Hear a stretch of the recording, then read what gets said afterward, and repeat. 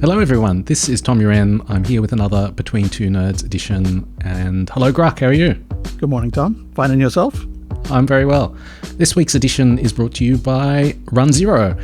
RunZero is an active and passive network discovery tool that can find all sorts of amazing stuff on your own network, stuff that you probably didn't know was there. Find them at runzero.com. So this week, Grugq, there was a report in The Record where they have an exclusive that US officials told The Record that there was some sort of cyber operation around the US's bombing of Iranian nuclear facilities. And the story is that they did something to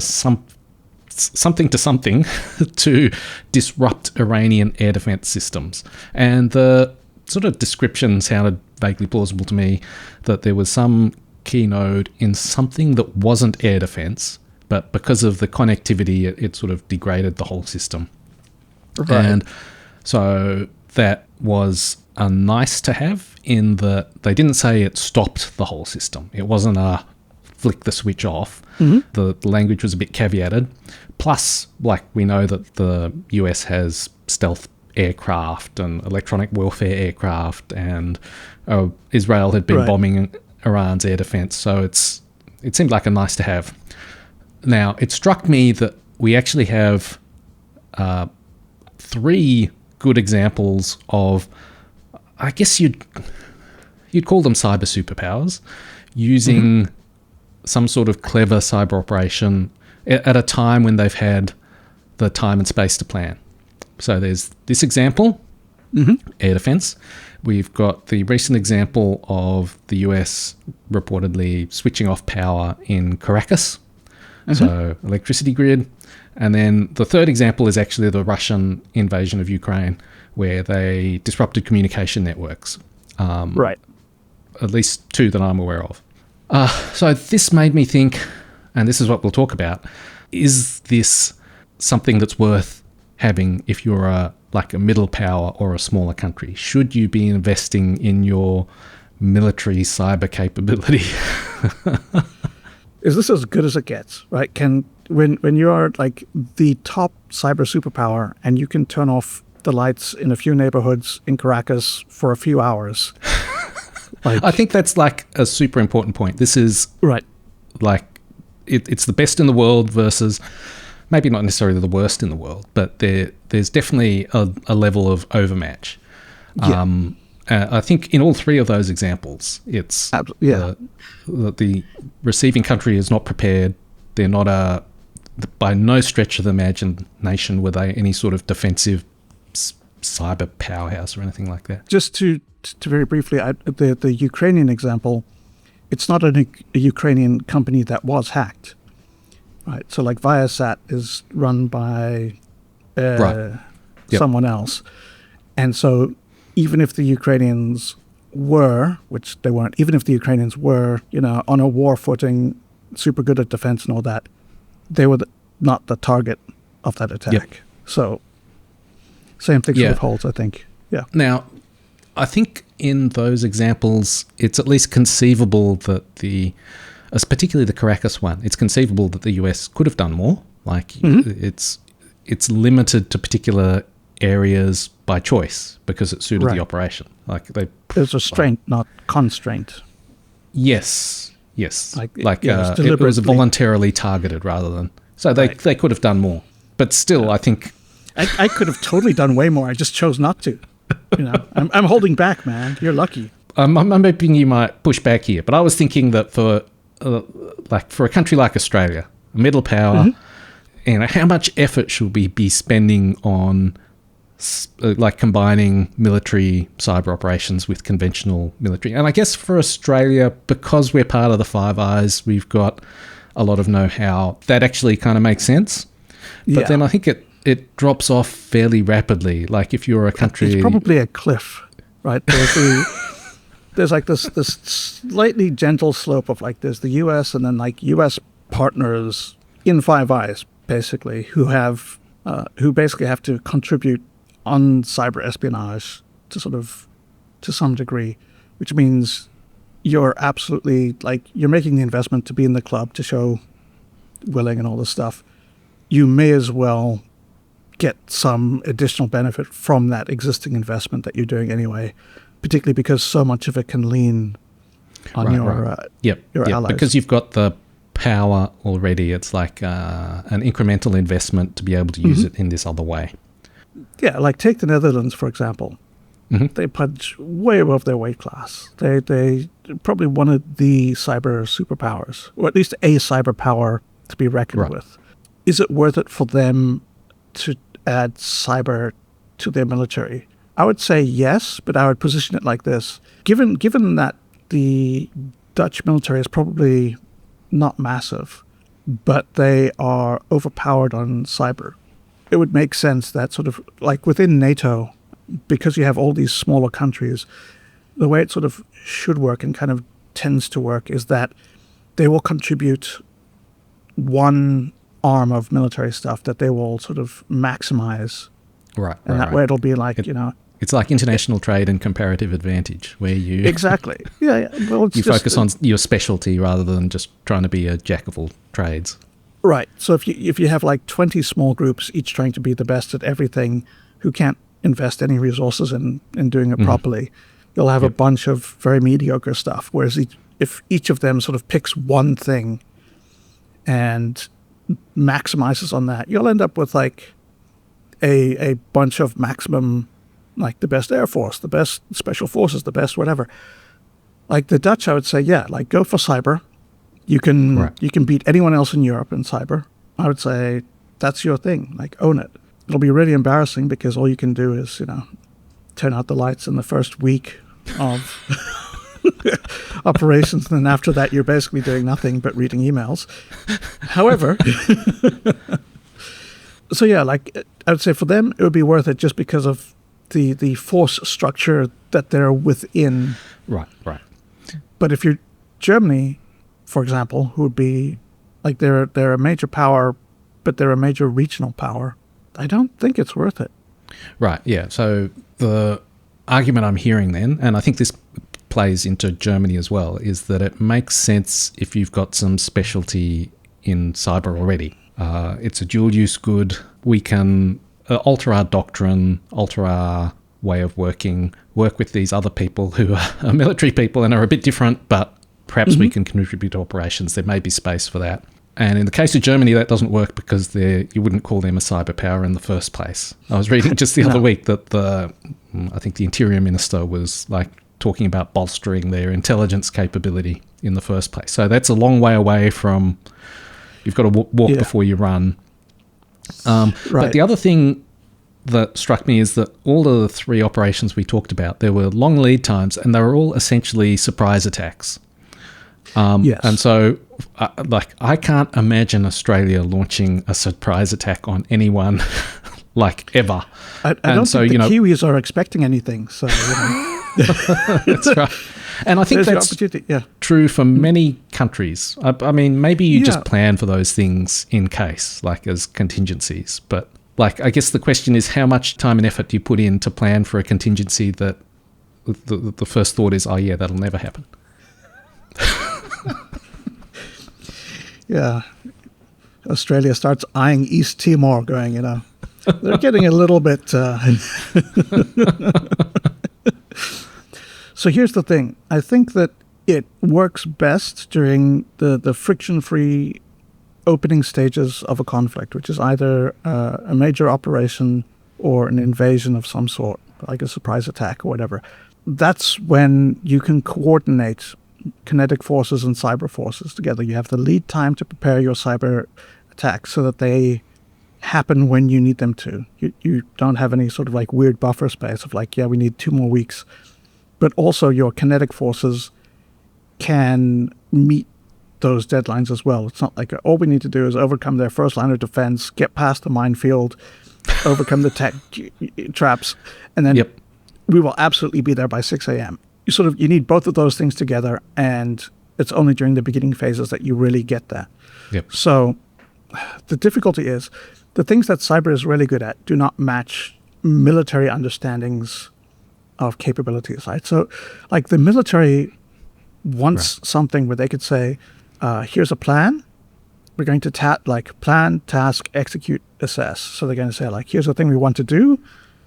We're going to give it to someone. He is going to, like, or it might be task, plan, execute, assess. Anyway, it doesn't matter.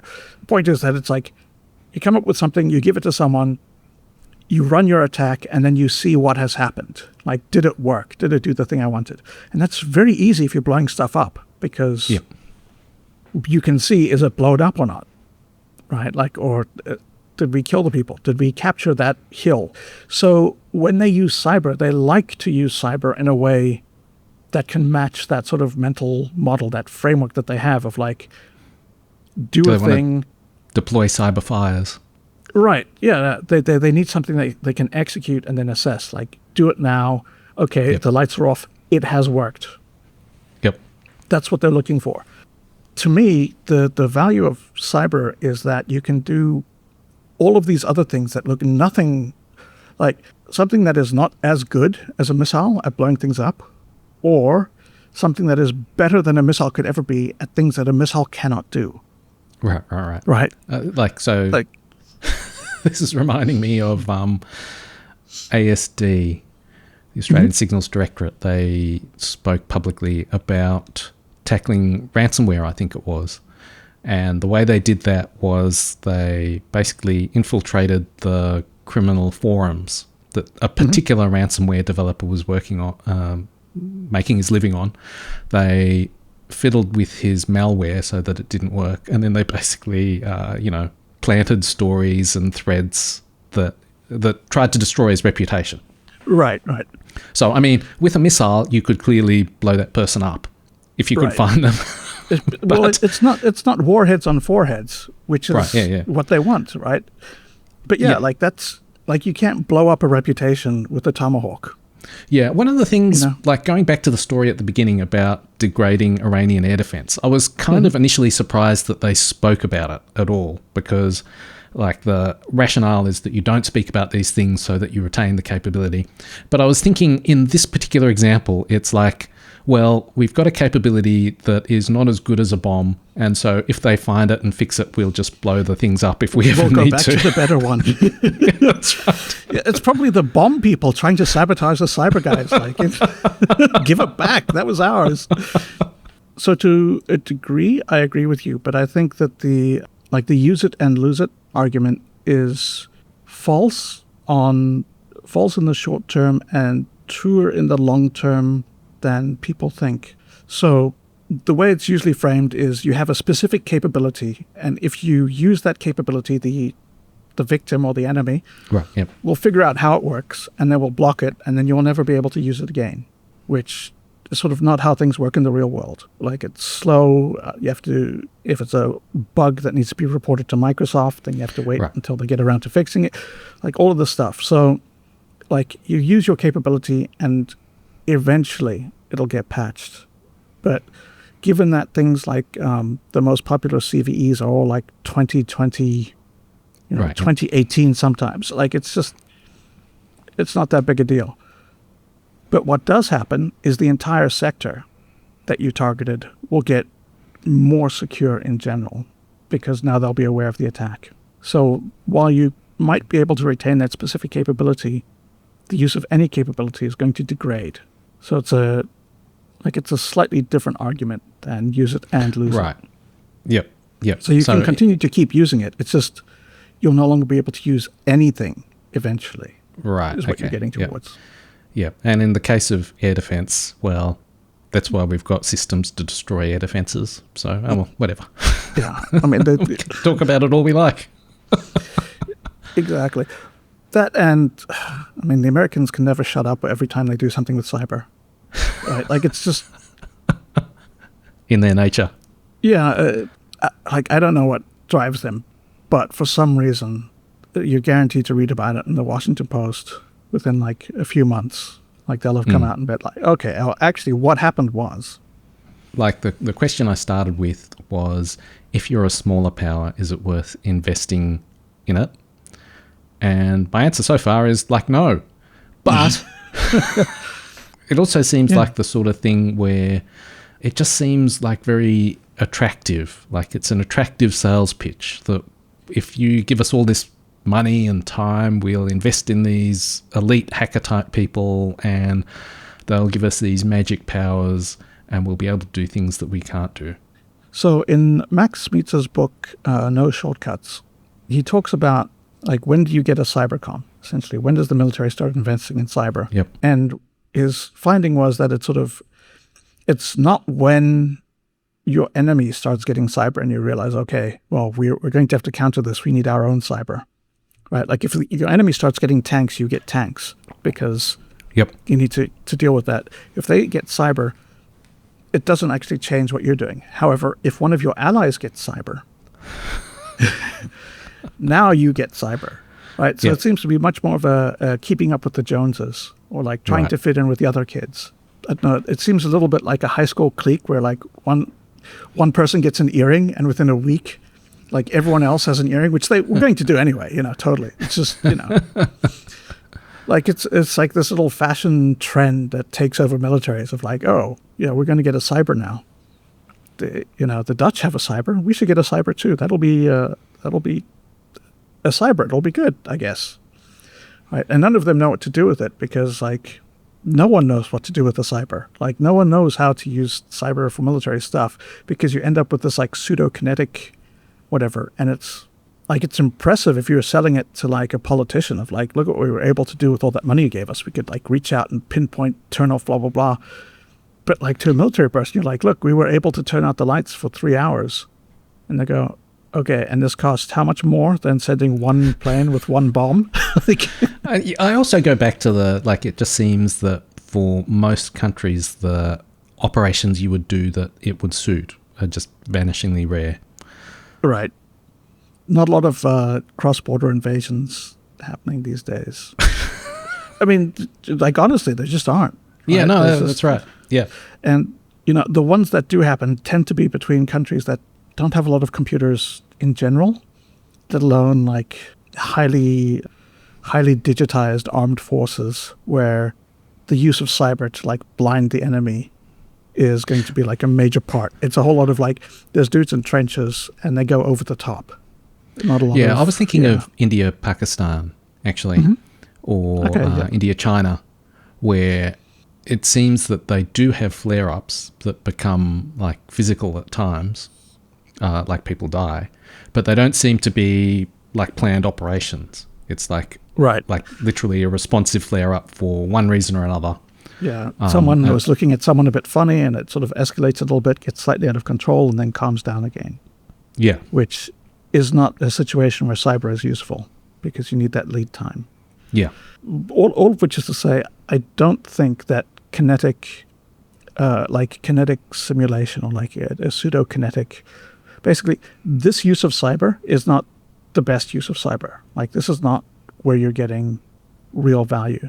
In my opinion, there's a lot you can do with cyber that you can't do with anything else, and it's a lot more impressive. So if you're fighting a country and you want to degrade their ability to fight, using cyber against their like economic engines in ways that might not show up, right? So rather than like, DDoS the bank, if you can break into a bunch of banks and then make it so that they stop being able to do like their end of day accounting starts being wrong every single day, you will cause problems for their central banks to, manage money. And that's going to be a huge problem in terms of like being able to fight the war, right? But that's not necessarily going to show up in the same way as turning out the lights. So I'm thinking of Israel, Iran, where for quite a long while there was Predatory Sparrow, which was this sort of thinly veiled Israeli group that would kind of go around destroying things for the Mossad may, for propaganda purposes, in that they weren't on a scale that would make a difference to a whole state, but they were spectacular, and they were tended to be hinged to things like breaking of sanctions. But then when there was actually that kinetic conflict, they did go and wipe a bank. I think it was a particular bank that had been involved in sanctions. And a crypto exchange or two. Yeah.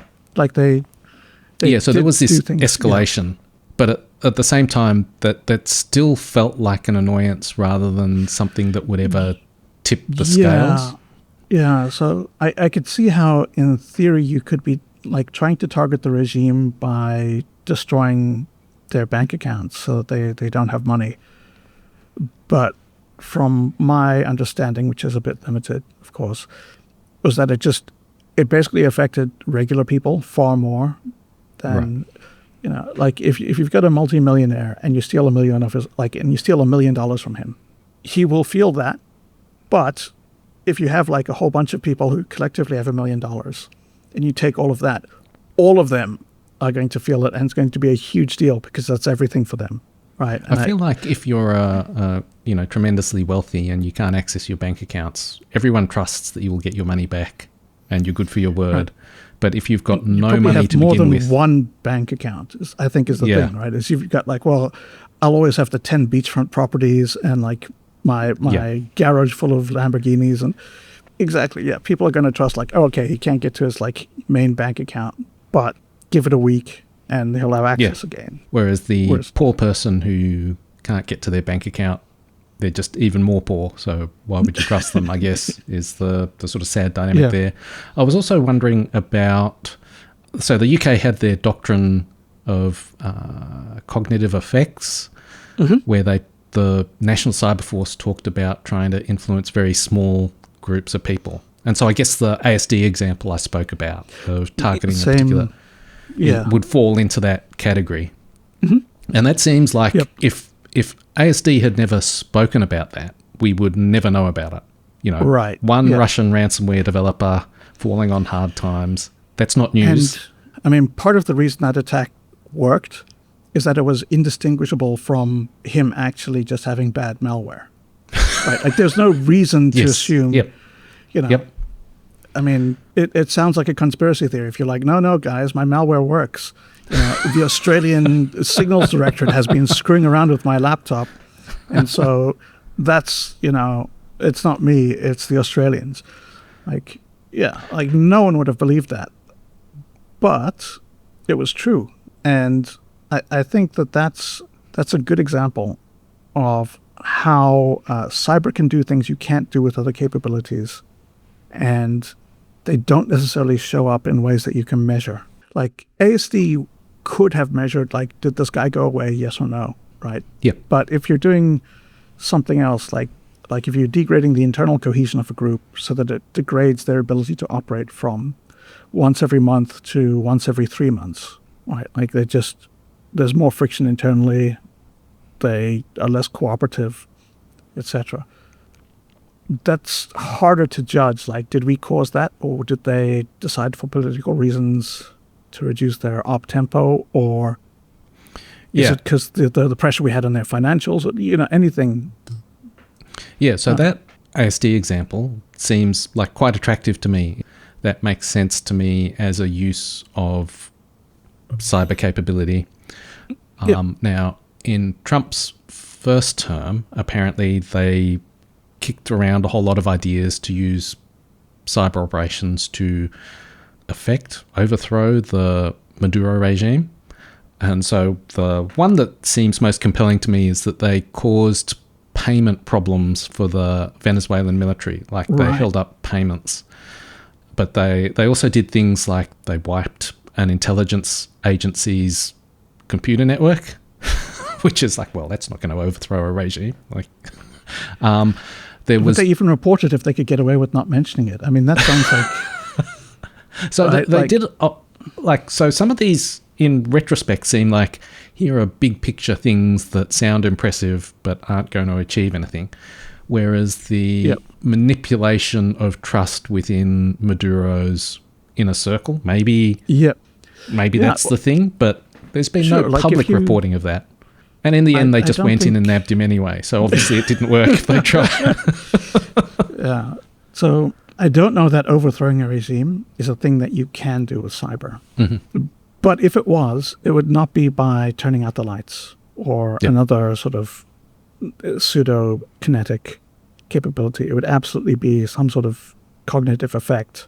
Things like, if the military doesn't get paid that's a big problem, right? If their police forces don't get paid, same thing, right? If they don't have a security force, and at the same time there's a lot of, protests in the streets, and they try to have a crackdown, but people are, waiting for their money, maybe something could happen. Like, there seems to be like a lot of like little things around the edges you could do, but I don't know if that you could, just do the whole thing with cyber.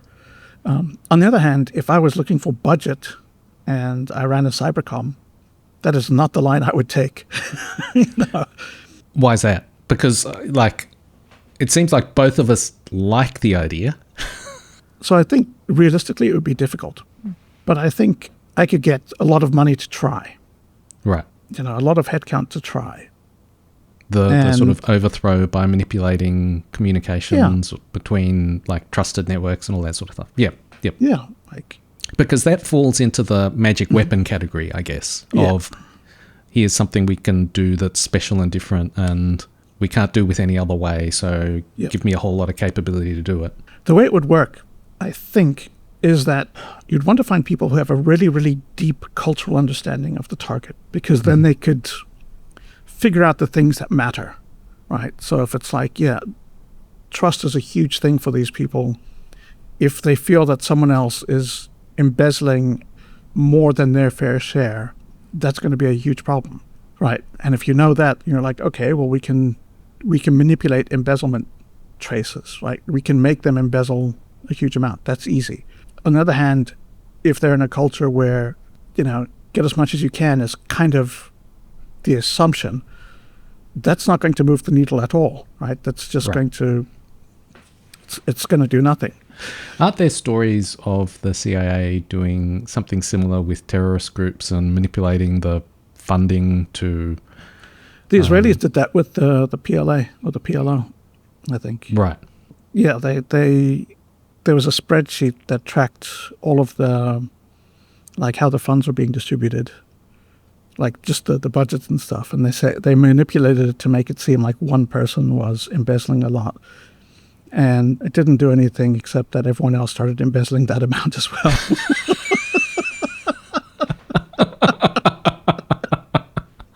So, that does degrade organizational capability, because presumably they're not spending that money on really bad stuff. They're just enriching themselves. That's how I would spin it if Right. It's not a failure. It's a success beyond what we initially imagined. It's a success in other dimensions. Yeah, our earlier plan was limited and restricted to just having the entire group fall apart and oust this one guy. But instead, we've managed to degrade the capabilities of the entire organization by attacking their finances in this way. So it's actually a better success than what we were planning. So it seems like the sort of takeaway from all this is that the stories that I like talking about are actually not the most important ones, and it's the ones that are invisible that are probably the ones that are changing the world that unfortunately we'll never hear about. I think that does make it an absolutely magic capability. It's I changed the world, but you didn't see it.